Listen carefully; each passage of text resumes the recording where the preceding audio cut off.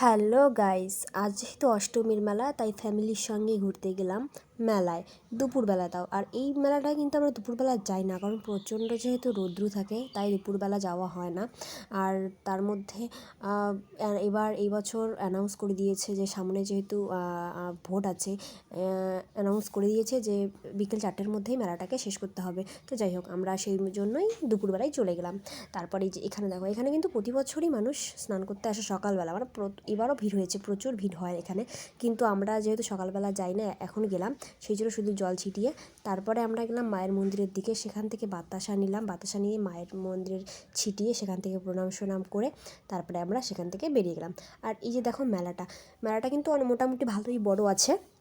তারপর সেখান থেকে চলে গেলাম বাইরে। তারপরে আর এত রৌদ্র, মানে এত গরম আর ধুলা, মানে আমার মুখটা দেখে বুঝতেই পারছো যে আমার আর সেখানে থাকার কোনো ইচ্ছাই নাই।